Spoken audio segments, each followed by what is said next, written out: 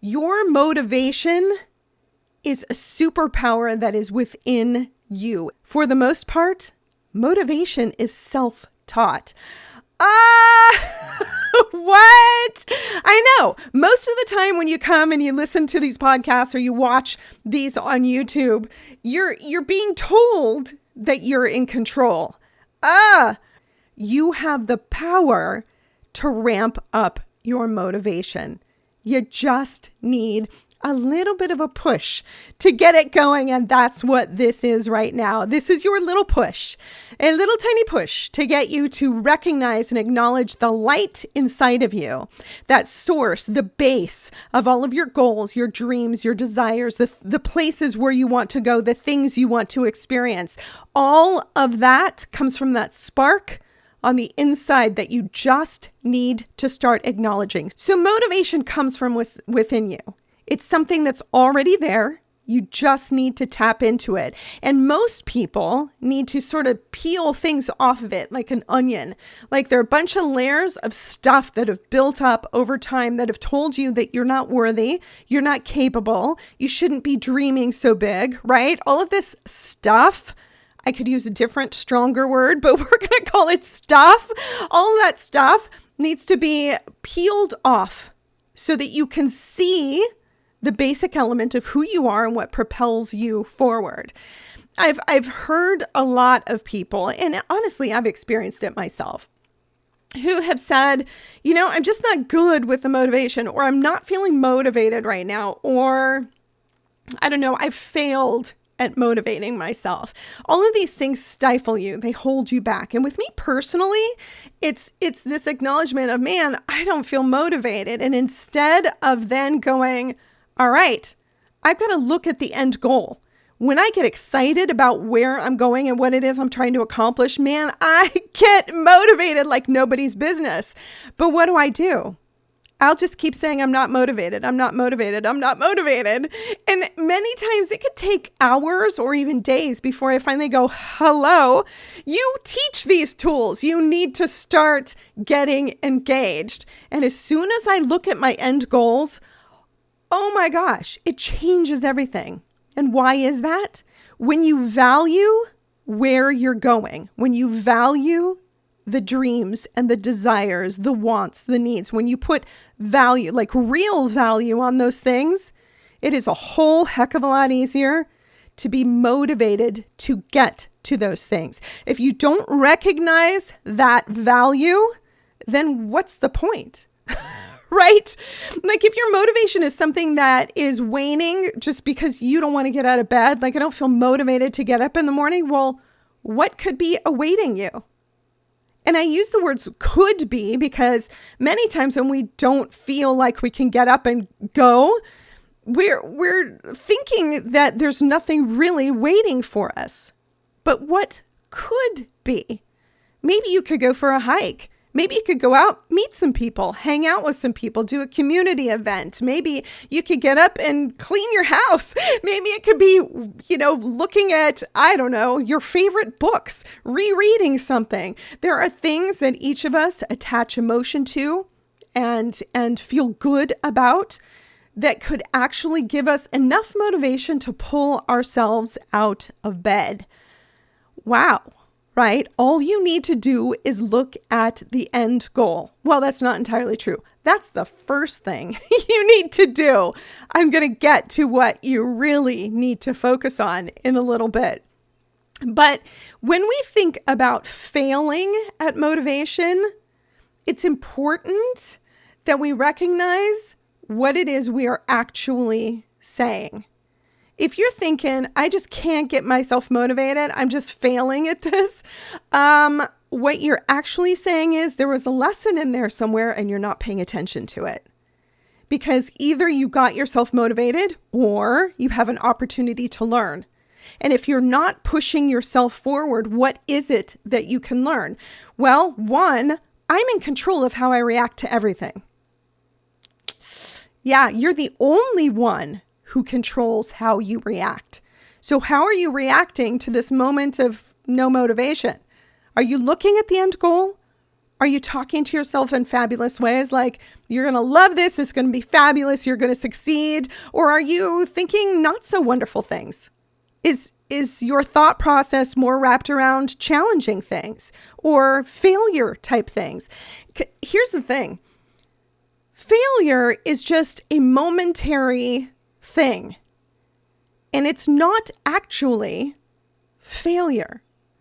It's a judgment moment where you have judged your participation, your outcome with one word, failure. And in a way, it's sort of an attempt to wrap it all up into one thing so that you don't have to deal with it anymore.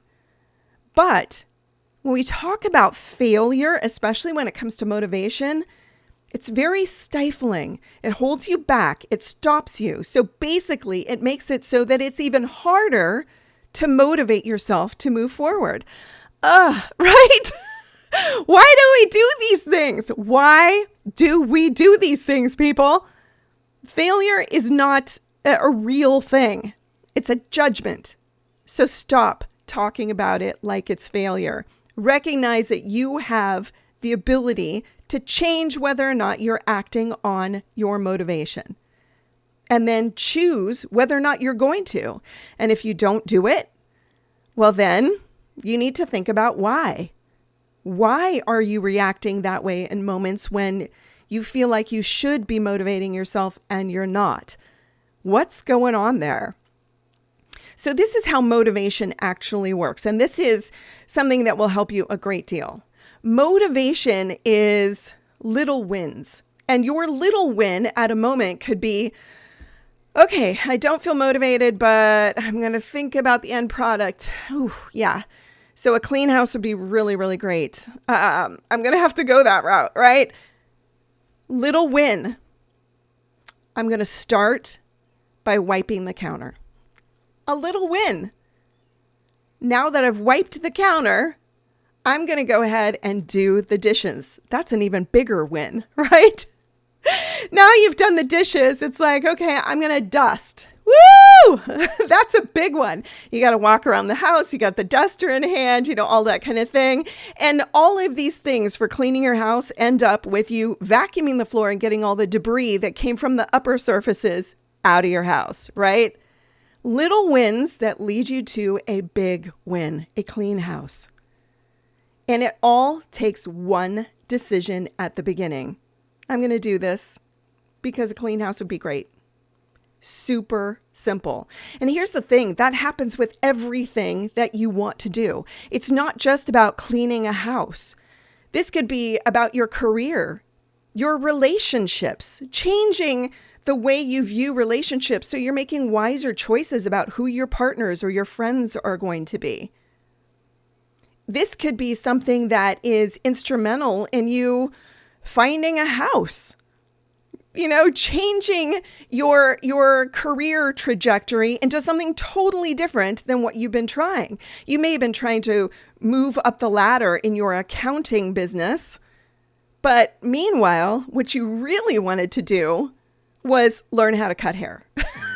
Like, you could change the course of everything you're doing by going for something that gives you a little bit more of a kick and activates the passion inside of you, just with tiny little wins. Incentives are good as well. And some of those wins are incentives. But you can also say, okay, this goal that I have takes about 5 steps to get to where I want to be. And at each step, I'm going to give myself a gift. I would say that when it comes to the little wins and the incentives and believing in your dreams, it's essential that you believe in you. If you have that I can do that mentality, if you believe that you can actually accomplish the things that you are setting yourself out to accomplish, then you are believing in you in the best possible way. That is one way to really gain your momentum and your motivation and push yourself forward. That will permeate all of your life. It's not just about the one goal. It's about everything that's going on in your life. So I sort of mentioned that little light inside of you. Imagine it being a little voice, a little voice inside of you that says, you can do this. I know you've got what it takes. I know that you are capable of learning something new. Imagine that little voice. And we talked about the onion. Imagine layers and layers and layers of you saying, that didn't work. I failed. I can't believe I screwed that up. Just covering up that little voice until you might believe in yourself, but your level of belief in yourself is such that you're not able to accomplish the things that you want to as easily as you could if you believed in yourself. Holy moly, right? What? You are in control of how you react. So how you react every single time something comes in your way and challenges you creates barriers that stop you from hearing that little voice. So if you really want to start believing in you, remind yourself how you thought of yourself when you were 1, 2, 3, 4 years old, in those moments where everything was possible, when you were sort of a daredevil, when you were willing to sacrifice to get to the best swing set or to jump that bark dust pile or to, dirt bike ride, whatever the thing was that you really wanted to do. Remember that feeling of abandon where you just went and did it because it's there and you want to? Wouldn't you love to access that? Then peel away the onion.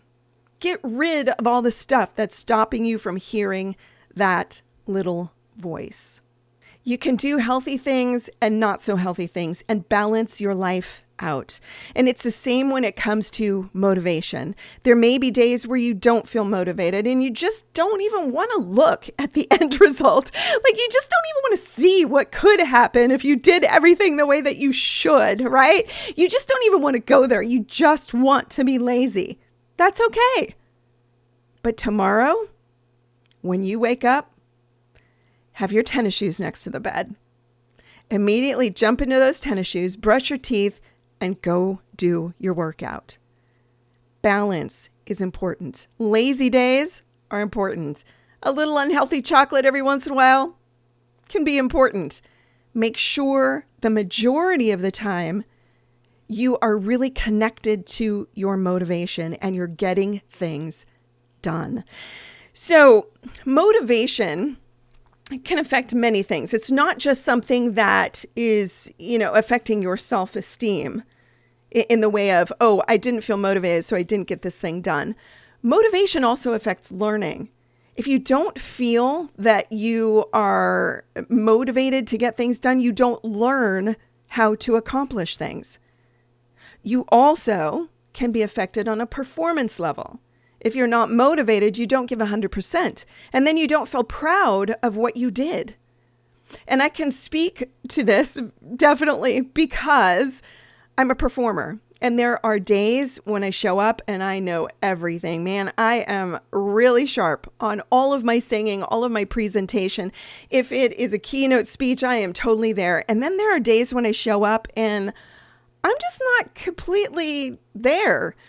And I need to really lock into my motivation quickly in order to provide whatever it is the client has asked for. And if I don't, then I compromise my performance. I compromise my speech.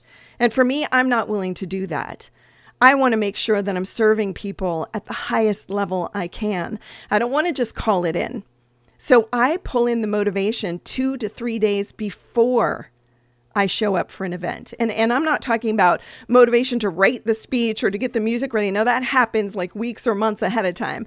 What I'm talking about is 2 to 3 days ahead of time in order to keep my energy up and keep myself motivated. I'm eating extra healthy. I'm working out a little harder. I'm stretching a lot more.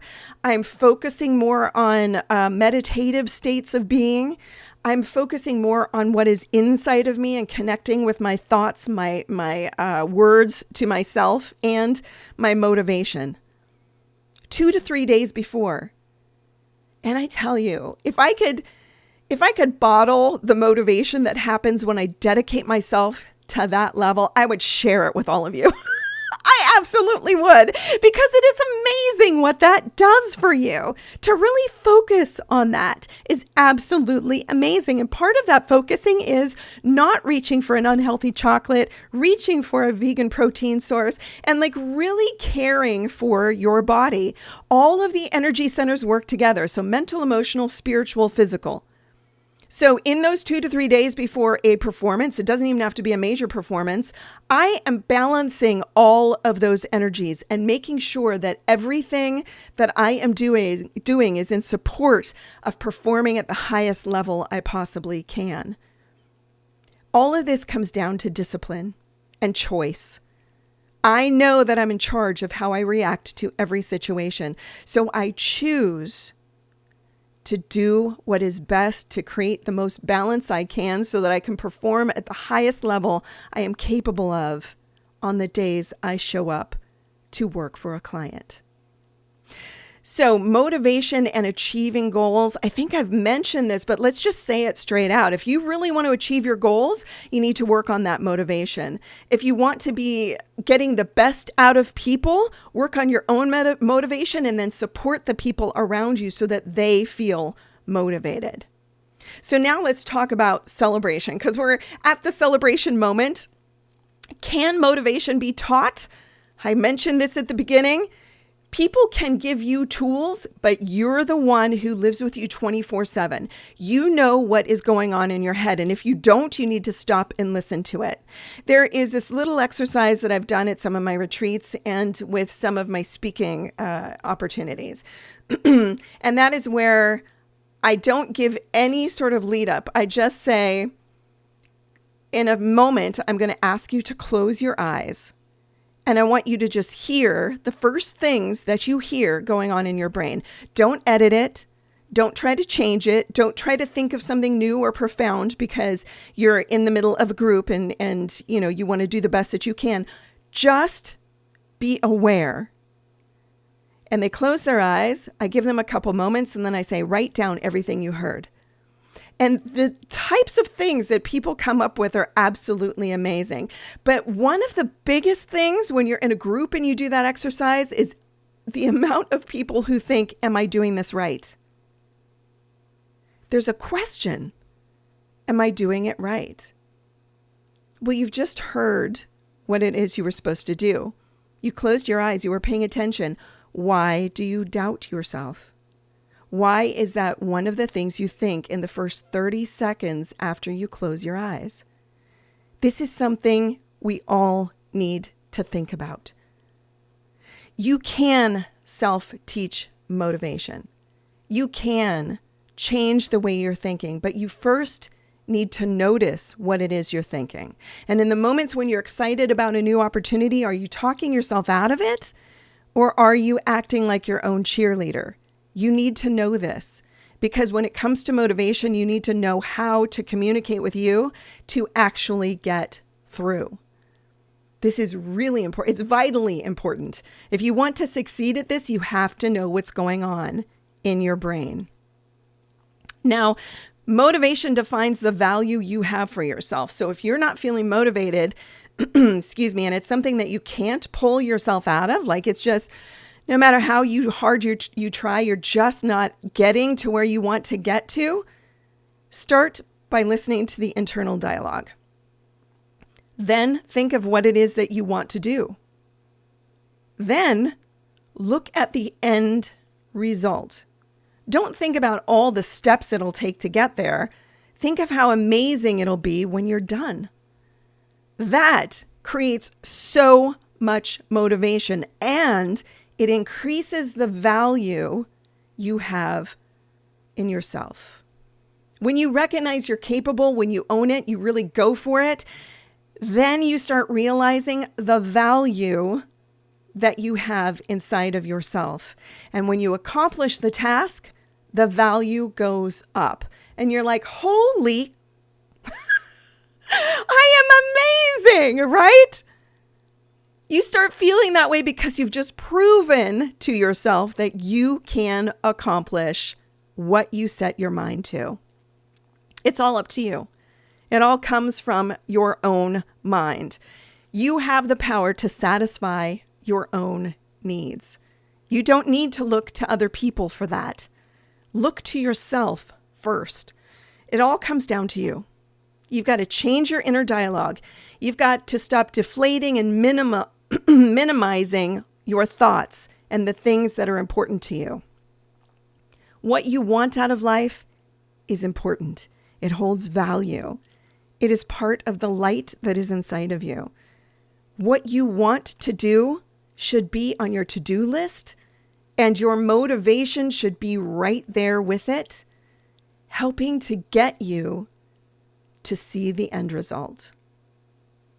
So I hope that this served you. I hope that moving forward, you're paying a little bit more attention to what's going on in your mind and in your heart.